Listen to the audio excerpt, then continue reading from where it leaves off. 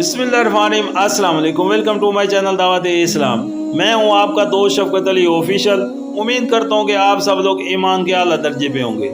सूरतुल अल-अराफ के आयत नंबर 24 का तर्जुमा फरमाया, उतर जाओ, तुम एक दूसरे के दुश्मन हो और तुम्हारे लिए एक खास मुद्दत तक जमीन ही में जाए करार और सामान ज़लिस्त है। सूरतुल अल-अराफ हाशिया नंबर 14। ये शुबा न किया जाए कि हजरत आदम और हजरत हवा अलैहिस्सलाम को जन्नत से उतारे जाने का ये हुक्म सजा के तौर पर दिया गया था।